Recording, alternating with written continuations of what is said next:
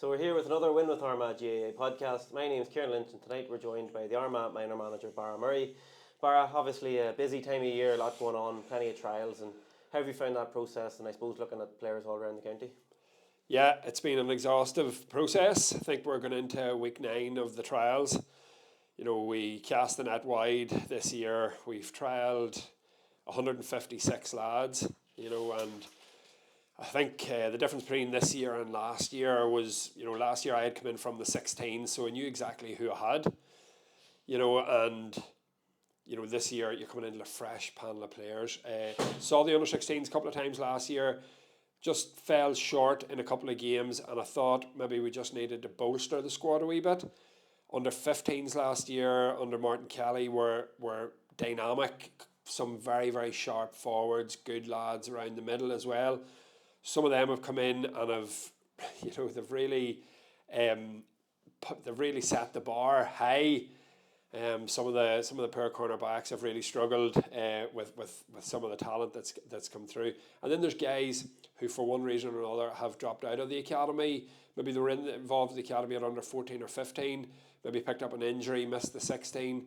And they're still there. A young lad, Petey Rice from Drummond, he missed last year with an MCL injury.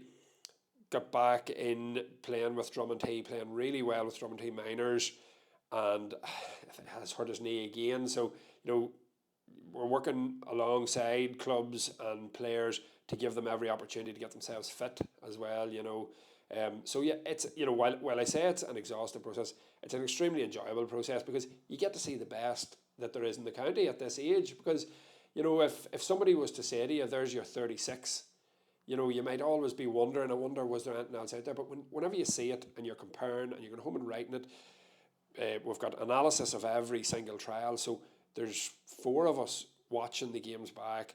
We're combining our analysis, so it's there's nothing to chance. Everybody's being given multiple opportunities to either make it or not. So it's, that's where we're at. Yeah, it must be an exciting period for you as coaches, but also for the young fellas as well. And I'm sure there's probably new faces in there. Maybe lads who've maybe surprised you a little bit, maybe lads performing very well and taking that opportunity. Yeah, and that's it. And that's always the way football is, At underage, lads develop at a different rate. And, the difference in a lad from one year to the next. So somebody who wasn't the flavour of the month at under 16 last year and all of a sudden has found a new level for under 17 trials. Now, this is only trials. We haven't played any other counties out yet. But it's the same with the under 15s. We got a list from the under 15 management last year. These were the players who played really well for us. Some of them got selected for the Ulster select.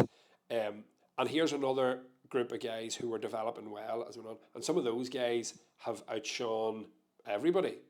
So just the development route that players have taken through the academy, because we talk about this a lot in it, that, it's mostly about development. You're trying to develop good players the whole time. But then you get carried away then with the competition end of it, and that nearly takes over. But when you pair it all back and you can see the development and the developmental changes that young lads make over the 15, 16 into 17 year, it's fantastic. It is exciting. It's exciting from a coaching perspective to see the talent that there is in the county. But you're right, from a young lad, like the young lads are spending the week eating well, sleeping well, trying to give the best of themselves in the trial. And it's not easy, and we design it to not be easy. If we think someone's struggling, we pair them up with somebody who's going really well, so they'll have to do it, or they're not going to make it. And that way we think we're going to end up with the best 36. Yeah, and I suppose this is a very broad question, I understand, but how you sort of reflect on last year. It was your first year in the role. What do you take from it? What did you enjoy? What maybe did you learn? What can you improve? What went well? I know that's a very broad question, but looking back on last year, what are your sort of overall thoughts? A very enjoyable year. A lot of the things that we could control, I think we got right. The coaches were would set a training plan that went very, very well. We had nutritionists in talking to the guys. Our video analysis work was second to none. The resources and facilities that we had were fantastic. We had no complaints. So everything that was in our control, we felt controlled. It was the things that were outside of our control that, on reflection, I spoke to members of the county board after the season was over. And I suppose there was two things really. We had a fantastic league campaign in that it was 3 groups of 3 in the Ulster League. We beat Monaghan, we got into the semi-final against Donegal. The game against Donegal was fixed for a Saturday morning at 11 o'clock in Letterkenny. Now, we like to be there an hour and a half before the game, to get the lads into the changing room. The coaches like to have them out in the pitch an hour before it. We get them back in, we get their jerseys on out there. So an hour and a half before that's 9:30. It was 3 hours to get to Letterkenny. The bus was leaving at 6:30. Lads were eating at 5:30. So his alarms being set at 4:30 and 5 o'clock. Now, this will sound to anyone else like sour grapes, but this is something that I would really, really hope to control a lot better this year. To say, we're not doing that, we cannot make that for 11 o'clock. We'll push that time back to 1 o'clock to make it fair to the lads. That was the first one. The second one was the Monaghan game where we exited the championship was moved. It was supposed to be the Saturday morning of the Ulster final. So you'll remember the Ulster final, which we lost on. Well, the morning of that, the match against Monaghan was supposed to be that morning in Monaghan, and it was changed by the Ulster Council to the morning after it. Now, as an Armagh supporter, at the time I was going, that works well, because I was taking my kids to the senior match and I was thinking this is going to be a rush and that there. But the lads were jaded. The lads shared in the disappointment of losing another senior final. We were going back to Clonus the next morning. The boys with their heads down. They were looking out the window. We were trying to motivate them. They were out talking about this is the part of the pitch that such and such happened. Their GPS numbers after that game were so flat compared to previous games and subsequent games. Where if you marked any player across the game, there was just a dip in that game, and that was something that, in hindsight, we could have controlled better. It was something that was out of our hands because it was being set by the Ulster Council. But I said to our secretary and chairman and treasurer when we met with them, next year when that request comes in, can we move the game to here? Let's have a big conversation about it and say, well, what's the positives for us and what's a potential problem for us, especially the ones where you're travelling over 2 hours. We need to start thinking back time.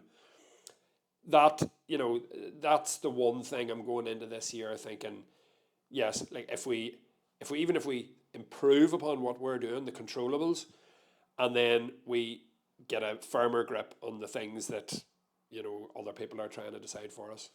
Yeah, and of course, if you reflect back this time 12 months ago, 2025 is one of the most unique years for Gaelic football, probably in modern history, with all the rule changes, everything. So there's a lot of, I suppose, uncertainty this time last year. People didn't know what the game was going to look like, how it was going to go. In terms of being in that environment, coaching from the start of the year, trying to figure things out till the end of the year, how big of a sort of a learning curve was that for you, and I suppose for the group of players as well? Yeah, and it was fantastic. I said the whole way through it, I think they were probably the right age group of lads to have for numerous rule changes, because we got documents sent out to us from the Ulster Council and from Armagh GAA. There'd be one page explaining all the rule changes, graphics, and we give it to all the lads. They'd come and eat it up. They were writing it into their diaries. This is what I need to do. This is how this rule might affect me. So if you're a forward, don't run back over the halfway line without checking. If you're an inside forward, try and stay up, because that's what we wanted, forwards to stay up. We didn't want our 3 danger men tracking back to the half back line. Now, when the new rule changes come in, that was the most difficult one, because everyone thought to be a good player you have to work your socks off. But to be the best inside forward, as David Clifford has shown as the summer went on, you just stay way up high and out wide, and you try and use that to your advantage. Dynamic run in off the wing and clip your point or your 2-pointer or that. So, probably seniors and Armagh had been knocking on the door and won the All-Ireland in the old system. For them then to go into a new system was probably more challenging for the minors who were coming in saying, right, we have to get this right, this is our minor year. Yeah. Yeah, and look, I suppose the word you've used a few times is development. The age group of lads you have there, it's probably the biggest jump, or certainly towards the biggest jump, I suppose, in a player's development, isn't it? From being that young underage player to you starting to become a man at that Yeah. age, aren't you? And starting to fill out and starting to, I suppose, in many ways, realise your potential too. Yeah, and that's, there's a spotlight shone on the lads, without a shadow of a doubt. There's more people go to the matches. It's picked up in the media. The Sideline Eye was our greatest advocate last year. So the Sideline Eye would have done pre-match interviews, post-match interviews, player profiles, would have looked at performances and that there, which was fantastic because the young lads then were coming and talking about, did you see the score up on the internet and that? And it's then, whenever the young lads are trying to deal with, the pressure, maybe the Irish News singling out a forward as the one to watch, that you're then, putting the arm around them at training and saying, don't read the paper, and I remember being a player myself and hearing, other people saying, don't be reading the paper, but you do read the papers. You want to see what's being said and are you the favourite, are you not the favourite? Young lads relish it a while, and if it doesn't get on top of them, if they don't completely go to pieces on the day, it's a good learning curve for them. But yes, in terms of development, with respect to all the under 14, the under 15, the under 16 teams in the academy, it's a big jump then to county minor. If they can make it to county minor, it creates that pathway because the academy goes like that, points you towards minor. If you make it onto the minor team, squad, you've then a chance of under 20s and senior and that. It just opens doors for lads.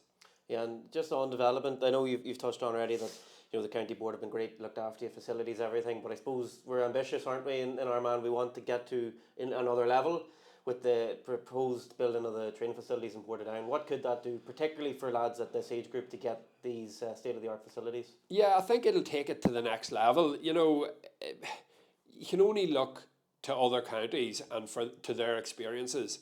And, I've got friends involved in Tyrone GA, and they would say, Garvahi's not perfect for them, it's at the top of a hill, and it's all that there. But what it did do was it brought, say, academy players right up to minor within touching distance of their heroes, of the seniors. There was, gym facilities, and there was changing facilities, and there was a canteen, and there were meeting rooms, and there was multiple pitches that on a Saturday morning, under 15 lads, under 16 hurlers, senior men, ladies, all out, trained in the one facility. And, I suppose if the seniors are trained in Callanbridge and the minors this week are in Newtown and the under 16s are in Silverbridge or whatever it is, it's all just a wee bit disjointed. And it's fine the way it is. It really is fine. And we're lucky that we can secure pitches all around the place, and there's good people all getting that sorted for us. But I think when we get it all together, if we get it right and there's not a fallout every week over who's going to get the pitch, but if everything's timetabled right, pitches, and they will be kept in good nick by Ronan and the boys, I think we'll be very lucky. And the lads that are coming through at that time will be very fortunate. Hopefully it'll take the boys to a new level. Yeah, and again, another pretty broad question, but looking ahead now, 2026, what are some of the goals you have in mind? What are the things you'd like to see from the group of players? Yeah, and again, you want to go a step further, at least a step further. So, we come out of the group in the league, got to the semi-final of the league. I'd want to, if we get to the semi-final of the league this year, I would want to go through that. If we had beaten Donegal in the league semi-final last year, we probably would have played Tyrone in the league final, which would have given us a crack at Tyrone. Because we went through the whole year last year, and Tyrone went through the whole year last year, won the All-Ireland. We never got playing Tyrone. And we had played Tyrone at under 16 the year before and had a real good game in the Buncrana. I was looking forward to, testing ourselves because I knew they would relish playing us as well. We didn't get a chance to play them. And that was one of the things that I fed back to the Ulster Council. I was saying, look, yeah, it's grand, 3 groups of 3 is fine, and the winners go through in the best second place. But if it was 2 groups, it was a 5 and a 4, you'd play more teams and go into a semi-final and a final. So we're in a group of 5 this year. We'll play 4. If you get to the semi-final, that'll be 5. If you get to the final, that'll be 6 teams. It'll be more realistic, I think. I think that Ulster, I think it's the Ulster Development League, it's actually called. So you know, for it to develop all the teams, you need to be playing as many teams as possible and learning about yourself and learning about the opposition and taking learnings from other teams' performances, you know. So again, I would like to think that if we got to a league semi-final this year, we'd put ourselves in a better position to win that semi-final, to be challenging for the honours. Same when it comes to the championship. You know, when it comes to the championship, to give it a good rattle, we got through round 1 and 2 last year, quarter final, Donegal again, you know, in the athletic grounds with 2 men sent off. With a man sent off, got it to extra time, played with the wind, went 5 up at half time in extra time, had a second man sent off.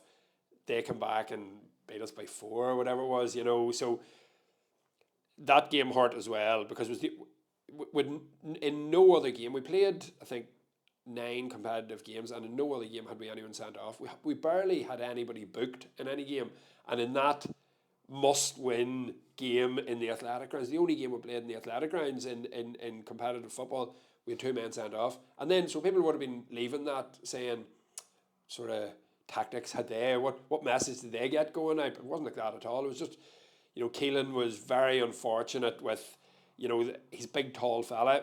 Twice he reached in for a tackle that the referee thought was high on a smaller opponent. And Peter Keegan, great player for us as well through the 16s and 17s.